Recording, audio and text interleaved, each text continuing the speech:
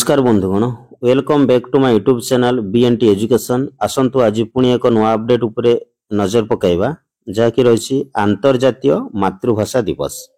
असेपारु आसिला मार्गदर्शिका केबे आउ कौन कौन एक्टिविटी हबो विद्यालय स्तर रे, अर्थात details guideline for observation of international mother language day.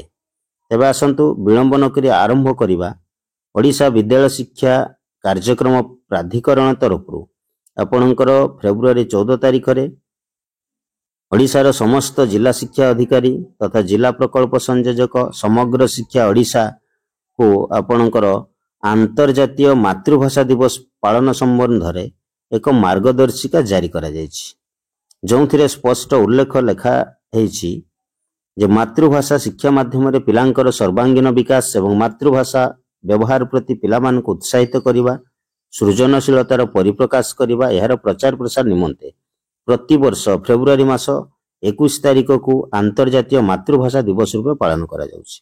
प्रति वर्ष भली ए वर्ष मध्य ओडिशार समस्त विद्यालय रे आसंता फेब्रुआरी 21 तारिख रे आंतरजातीय मातृभाषा दिवस पालन करा जिवो। ताले एही परिप्रेक्षी रे आपण माने विद्यालय स्तर रे कोन कोन एक्टिविटी करिवे देखंतु। एथि निमंते असेपा मार्गदर्शिका स्पष्ट उल्लेख रही प्रत्येक विद्यालय रे शपथ पाठ, छात्र छात्री, शिक्षयित्री, शिक्षक, अभिभावक, विद्यालय परिचालना कमिटी शपथ पाठ करिवे एवं एतत् सहित प्रत्येक विद्यालय रे आपणकर ये मातृभाषा रो प्रचार प्रसार निमंते गल्प कथन प्रतियोगिता, कविता आवृत्ति, आपणकर रचना बा प्रबंध एवं भाषण प्रतियोगिता पिलामानक मध्य आयोजन करा जिवो।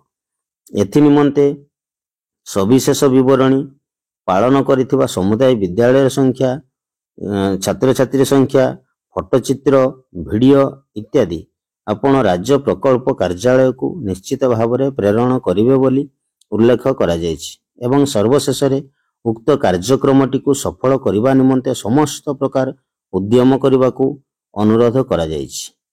तेणु ये थिला एक गुरुत्वपूर्ण अपडेट जहाँकि आंतरजातीय मातृभाषा दिवस पालन संबंध में मार्गदर्शिका।